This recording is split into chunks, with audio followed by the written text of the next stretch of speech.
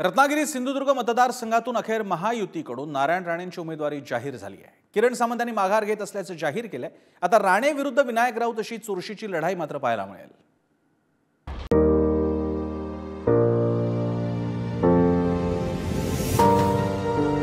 रत्नागिरी सिंधुदुर्ग लोकसभा मतदारसंघावरून महायुतीमधील भाजप आणि शिंदेंच्या शिवसेनेतील तिढा अखेर सुटलाय। उमेदवारी अर्ज भरण्यासाठी अवघा एक दिवस शिल्लक असतानाच रत्नागिरी सिंधुदुर्गमधून भाजपकडून नारायण राणेंच्या उमेदवारीची घोषणा करण्यात आली आहे। त्यामुळे आता रत्नागिरी सिंधुदुर्ग मतदारसंघात ठाकरेंच्या शिवसेनेचे विनायक राऊत विरुद्ध भाजपचे नारायण राणे यांच्यात तगडी लढत होणार आहे। नारायण राणे उद्या जोरदार शक्ती प्रदर्शन करत उमेदवारी अर्ज भरणार आहेत।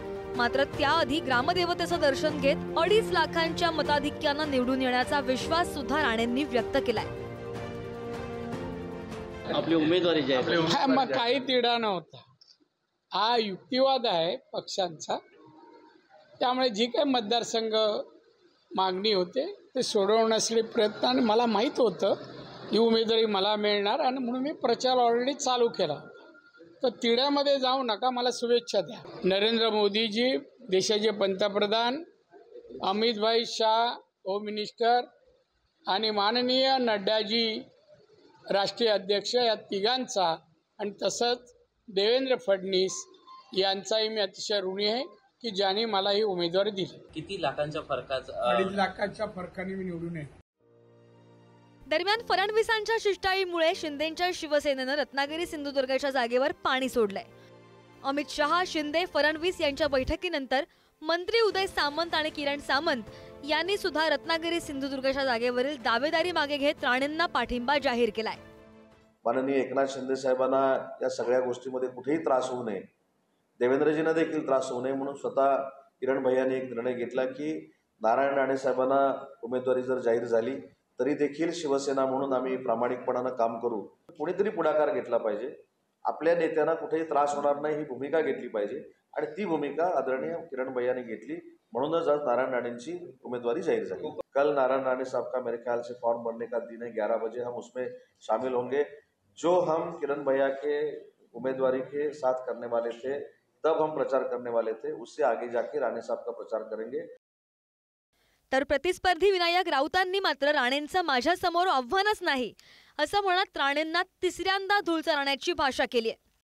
मला आनंद होईल की शिवसेनेशी ज्यांनी बेईमानी केली त्या नारायण राणेंना तिसऱ्यांदा पराभवाची चव चाकायला देणं हा माझ्यासाठी एक महत्त्वाचा क्षण असेल। वर्गातला उमेदवार, पहिल्या बेंचवर बसणारा उमेदवार लोकांना सांगत असतो, परंतु तो शेवटच्या बेंचवर बसला आणि शेवटच्या बेंचवर बसून हट्टाने, खरं तर त्यांच्या समोर किरण सामंत सारखे नौखे उमेदवार असून सुद्धा किरण सामंतांनी त्यांना शेवटच्या बेंचवर बसवलं आणि 13व्या यादीत त्यांचं नाव प्रसिद्ध करावं लागलं। त्यामुळे भाजपची राणेंची पात्रता भाजपमध्ये केवढी आहे, महायुतीमध्ये केवढी आहे हे जनतेने ओळखलेलं आहे, आणि त्यामुळे या मतदारसंघामध्ये पुन्हा एकदा विनायक राऊत हे मोठ्या मताधिक्याने निवडून येतील। राणेंना उमेदवारी राणेंनी हट्टाने घेतलेली या उमेदवार आहे, त्यांच्या 2 मुलग्यांच्या राजकीय करिअरसाठी ही उमेदवारी घेतलेली आहे। तळ कोकणामध्ये भाजप आणि ठाकरेंच्या सेनेमध्ये हा सामना रंगणार आहे। त्यामुळे कुणाचं पारडं जड आहे समजून घेण्यासाठी रत्नागिरी सिंधुदुर्गमधील 2014 आणि 2019चं बलाबल सुद्धा पाहूया। रत्नागिरी सिंधुदुर्गमधील 2014चं बलाबल। 2014 साली शिवसेनेकडून 4,93,000 मतांसह विनायक राऊत रत्नागिरी सिंधुदुर्ग मतदारसंघातून विजयी झाले होते। त्यांना 55.2% मतं मिळाली। तर 2014 साली काँग्रेसकडून लढणारे नारायण राणेंचे पुत्र निलेश राणेंचा पराभव झाला होता। निलेश राणेंना 38.27%सह 3,43,000 मतं मिळाली होती। रत्नागिरी सिंधुदुर्गमधील 2019चं बलाबल। 2019 मध्ये 4,58,022 मतांसह शिवसेनेचे विनायक राऊत पुन्हा विजयी झाले। विनायक राऊतांना 50.83% मतं मिळाली। तर निलेश राणेंना दुसऱ्यांदा पराभवाचा सामना करावा लागला। निलेश राणेंना 31%सह 2,79,700 मतं मिळाली होती, आणि यावेळी निलेश राणे स्वतःच्या महाराष्ट्र स्वाभिमान पक्षाकडून निवडणूक लढले होते। 2014 आणि 2019 दोनही लोकसभा निवडणुकांमध्ये निलेश राणेंना विनायक राऊतांनी तब्बल 1.5 लाखांहून अधिकच्या मताधिक्यानं पराभूत केलाय। त्यात विधानसभा मतदारसंघानुसार सुद्धा विचार केल्यास भाजपपेक्षा शिवसेनेचीच ताकद जास्त आहे। रत्नागिरी सिंधुदुर्ग मतदारसंघातील 6 विधानसभांमध्ये कोणत्या पक्षाचे आमदार आणि ताकद जास्त आहे ते सुद्धा पाहूया। विधानसभा मतदारसंघानुसार बलाबल: सावंतवाडी विधानसभा दीपक केसरकर शिंदेची शिवसेना, कुडाळ विधानसभा वैभव नाईक ठाकरेंची शिवसेना, कणकवली विधानसभा नितेश राणे भाजप, राजापूर विधानसभा राजन साळवी ठाकरेंची सेना, रत्नागिरी विधानसभा उदय सामंत शिंदेची शिवसेना, चिपळूण विधानसभा शेखर निकम अजितदादांची राष्ट्रवादी।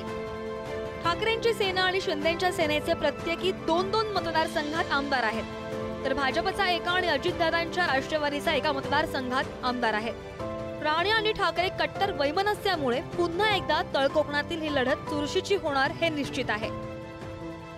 मात्र या सामन्यात नारायण राणे 2 वेळच्या मुलाच्या पराभवाचा वचपा काढत विजयी झेंडा फडकवणार की विनायक राऊत राणेंना चितपट करत विजयाची हॅट्रिक साधणार, याचीच उत्कंठा कोकणवासियांना लागलेली आहे। विकास गावकर सह ब्युरो रिपोर्ट, पुढारी न्यूज।